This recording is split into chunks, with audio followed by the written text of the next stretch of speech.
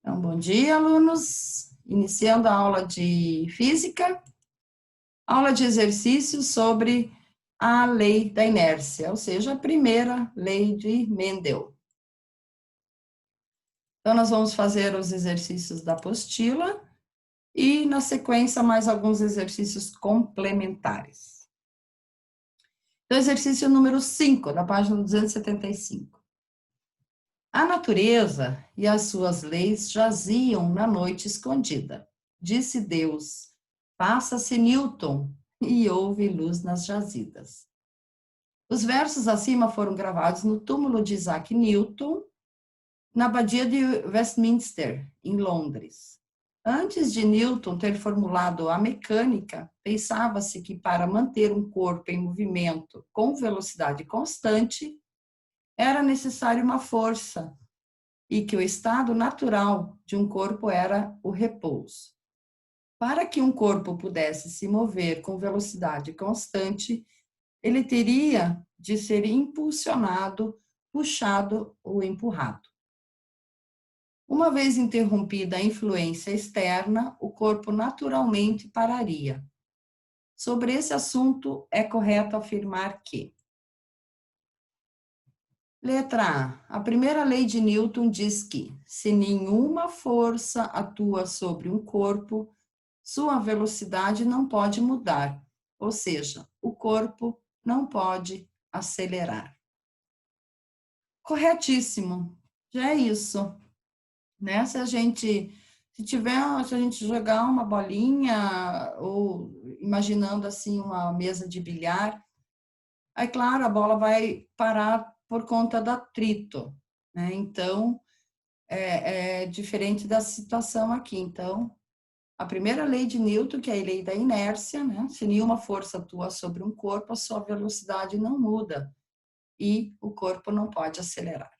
Portanto, a letra A já está correta. O exercício 6. Aqui, tem umas alternativas incorretas na apostila. Se vocês analisarem as alternativas, ali deve ter tido um erro de digitação, a pessoa que fez a apostila deve ter copiado coisa errada. Tá? Então, o que vale é o que está aqui. A figura abaixo representa um elevador em movimento com velocidade constante. Então, ele está subindo com a velocidade sempre igual. A tração, que é o T, do cabo durante o movimento de subida é maior que o peso do elevador? Não. Maior que a tração dos cabos? Também não. Vai ser nula, tá? A tração vai ser igual a zero quando a velocidade é constante. Vamos para o próximo, exercício número 7. Em 1543, Nicolau Copérnico publicou um livro revolucionário em que propunha a Terra girando em torno de seu próprio eixo e rodando em torno do Sol. Isso contraria a concepção aristotélica, que acredita que a Terra é o centro do universo. Para os aristotélicos, se a Terra gira do oeste para o leste, coisas como nuvens e pássaros que não estão presas à Terra pareciam estar sempre se movendo do leste para o oeste, justamente como o Sol. Mas foi Galileu Galilei que, em 1632, baseando-se em experiências, rebateu a crítica aristotélica, confirmando assim o sistema de Copérnico. Seu argumento, adaptado para a nossa época, é: se uma pessoa, dentro de um vagão de trem em repouso, solta uma bola, ela cai junto a seus pés. Mas,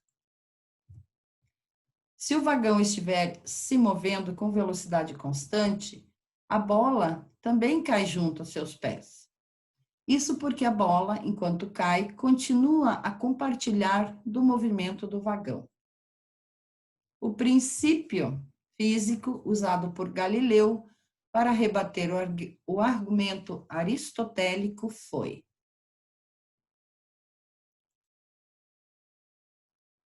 a lei da inércia.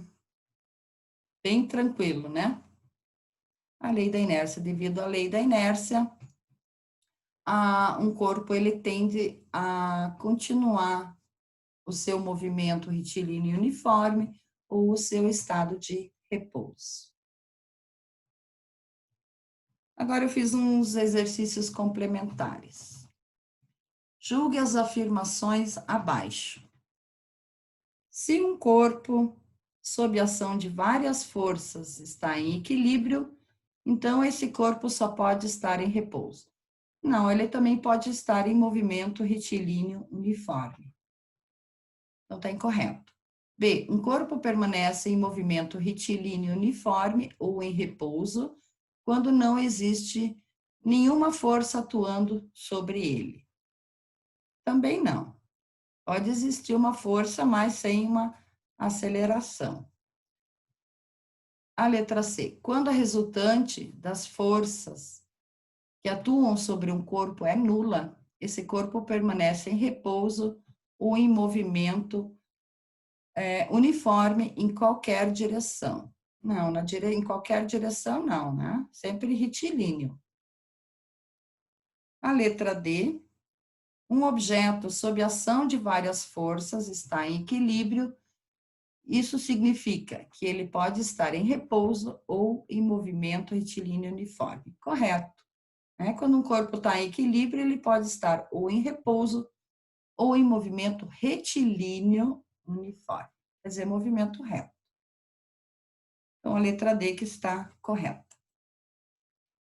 Exercício 2. Baseando-se na primeira lei de Newton, assinale a alternativa correta.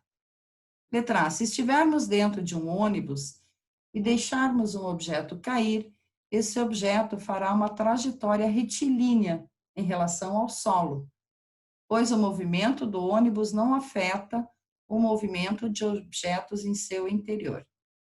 Incorreto. Ele vai fazer uma parábola, né?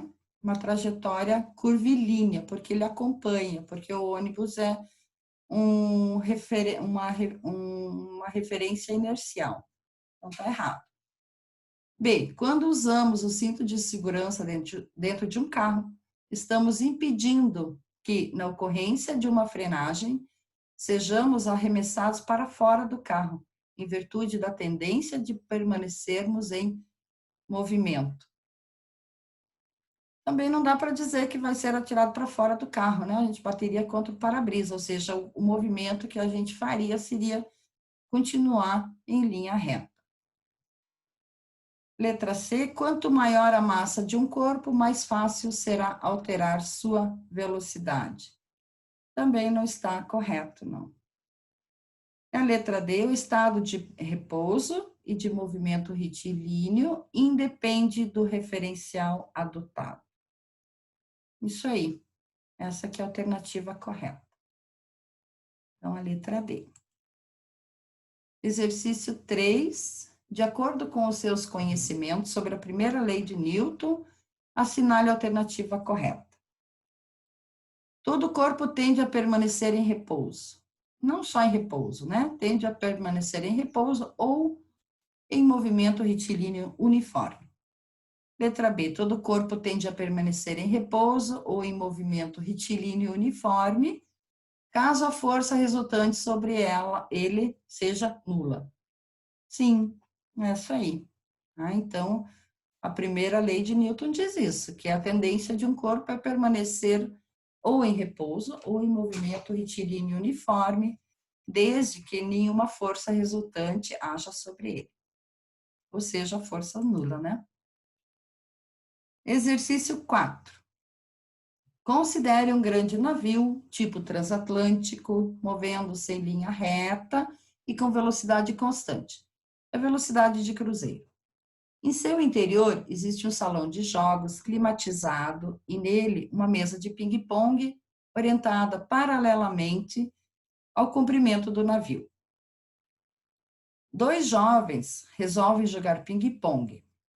mas discordam sobre quem deve ficar de frente ou de costas para o sentido do deslocamento do navio.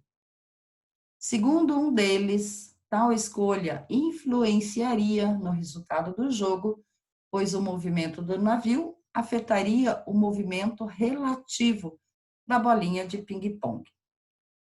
Nesse contexto, de acordo com as leis da física, pode-se afirmar que,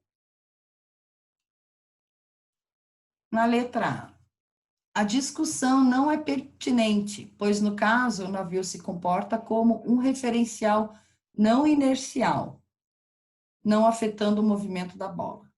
Não, ele é um referencial inercial. Então, está errado. A discussão é pertinente, pois, no caso, o navio se comporta como referencial não inercial, não afetando o movimento da bola. Também não. Na verdade, a discussão não é pertinente, quer dizer, não é importante.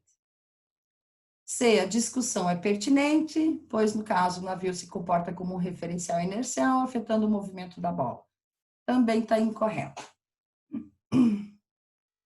E letra D, a discussão não é pertinente, pois, no caso, o navio se comporta como um referencial inercial, não afetando o movimento da bola. Então, tanto faz, né, qual lado que os jogadores vão estar. O movimento do navio não vai interferir no movimento da bolinha. Exercício número 5, a imagem mostra um garoto sobre um skate em movimento com velocidade constante que, em seguida, choca-se com um obstáculo e cai. A queda do garoto justifica-se devido ao princípio da inércia, né? A tendência do corpo dele é continuar o movimento que ele estava fazendo. Exercício número 6.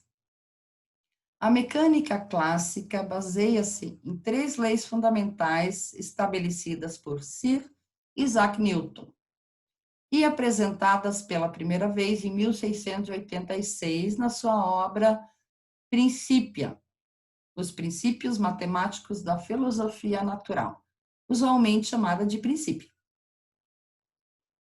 Com relação às leis de Newton, podemos afirmar que uma das consequências da primeira lei é o fato de que qualquer variação do vetor velocidade em relação ao referencial inercial, ou seja, qualquer aceleração deve estar associada à ação de forças. Exatamente.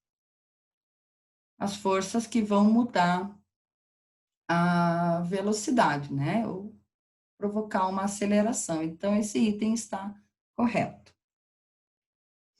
A segunda lei, conhecida como princípio fundamental da dinâmica, estabelece que a aceleração de um corpo submetido a uma força externa resultante é diretamente proporcional à sua massa. Se a gente considerar que a força é igual a massa vezes a aceleração, a gente percebe que a força é inversamente proporcional à sua massa. Então, está incorreto.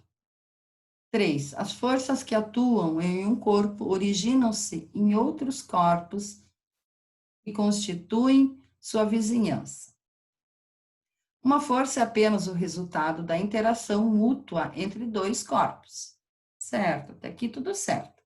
Assim, de acordo com a terceira lei, é impossível existir uma única força isolada. Correto.